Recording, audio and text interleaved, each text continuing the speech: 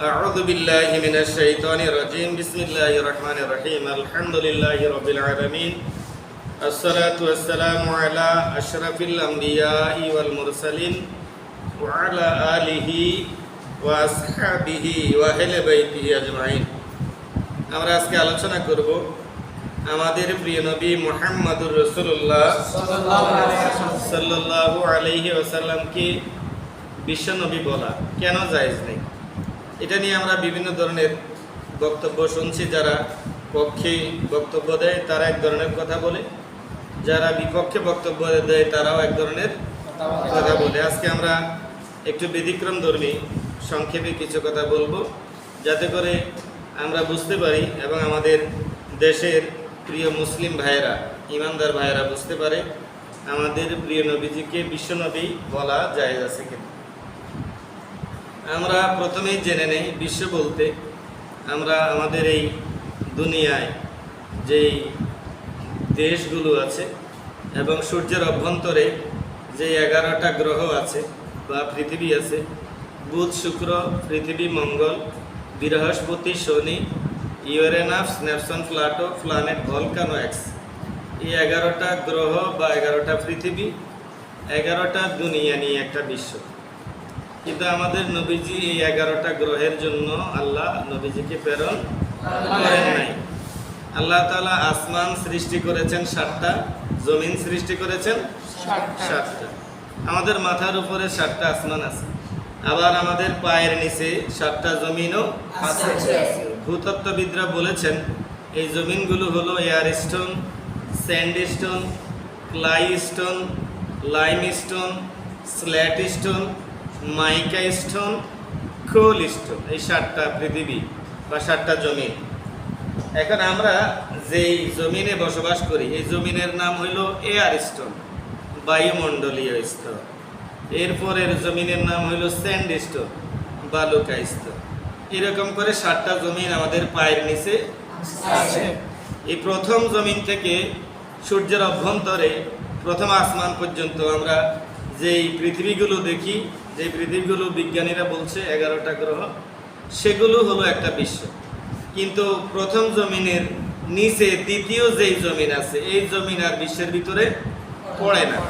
তৃতীয় যেই জমিন আছে ওটাও বিশ্বের ভিতরে পড়ে না। চতুর্থ, পঞ্চম, ষষ্ঠ, সপ্তম যেই জমিনগুলো আছে ওই জমিনগুলো আর বিশ্বের ভিতরে পড়ে না। কিন্তু আমাদের নবীজি প্রথম জমিনের জন্য রাহমাতাল লিল আলামিন, একেবারে সপ্তম জমিন পর্যন্ত ওই জমিনের জন্যও আমাদের নবীজি রাহমাতাল লিল আলামিন। এরপরে আমাদের মাথার উপরে প্রথম আসমান, এই আসমান বিশ্বের ভিতরে আছে।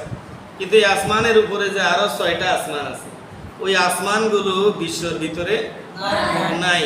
তাইলে আমাদের নবীজি প্রথম আসমানের জন্য যেমন করে রাহমাতাল লিল আলামিন, একেবারে সপ্তম আসমান পর্যন্ত সবগুলো আসমানের জন্যই আমাদের নবীজি রাহমাতাল লিল আলামিন। তাইলে আমাদের নবীজির জন্য ওই আসমানগুলো বিশ্বের ভিতরে নাই। সপ্তম আসমানের উপরে আছে সিদরাতুল মুনতাহা। সিদরাতুল মুনতাহাও বিশ্বের মাঝে নাই, এই বিশ্বের ভিতরে পড়ে না। জান্নাত এবং জাহান্নাম বিশ্বের ভিতরে পড়ে না।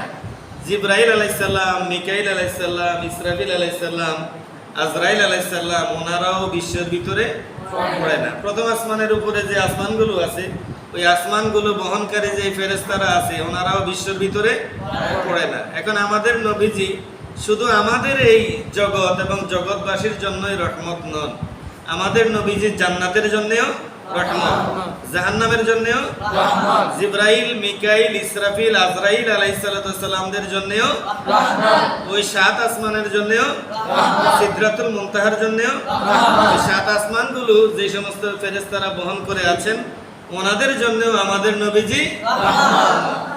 এরপরে 70,000 নূরের পর্দা, ওই নূরের পর্দাগুলোর জন্যও আমাদের নবীজি রহমত। আল্লাহর আরশে আজিমের জন্যও আমাদের নবীজি রহমত। আল্লাহর আরশে আজিম কি বিশ্বের ভিতরে আছে? জান্নাত আর জাহান্নাম কি বিশ্বের ভিতরে আছে?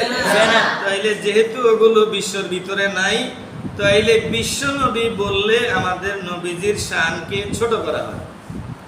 আমাদের নবীজির শানকে কি করা হয়? নবীজির শান ছোট করা কুফরি।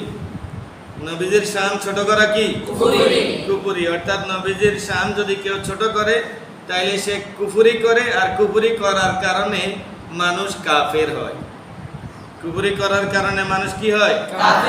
কাফের হয়। নবীজির শানে কেউ যদি কুফরি করে তাইলে তার ঈমান চলে যায়।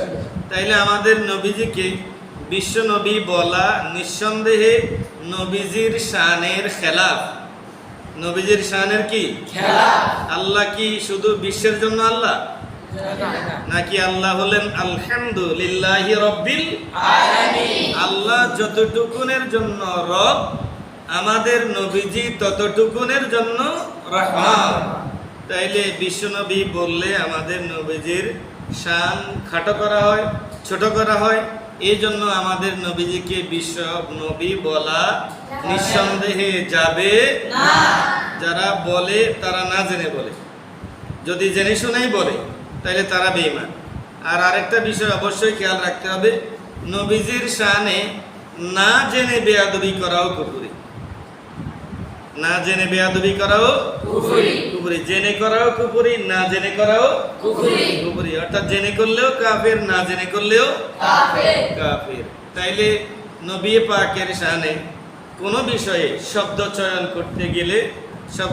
করতে গিয়ে অবশ্যই ঈমানদারদেরকে সর্বোচ্চ সতর্ক থাকতে হবে, নয়তো ঈমান অটোমেটিক্যালি চলে যাবে। সেজন্য আমাদেরকে খেয়াল রাখতে হবে। আল্লাহ তাআলা আমাদেরকে নবী পাকের শানে সর্বোচ্চ সম্মানজনক শব্দ ব্যবহার করার তৌফিক দান করুক। আমা তৌফিক ইল্লা বিল্লাহ। আসসালামু আলাইকুম ওয়া রাহমাতুল্লাহি ওয়া বারাকাতুহু।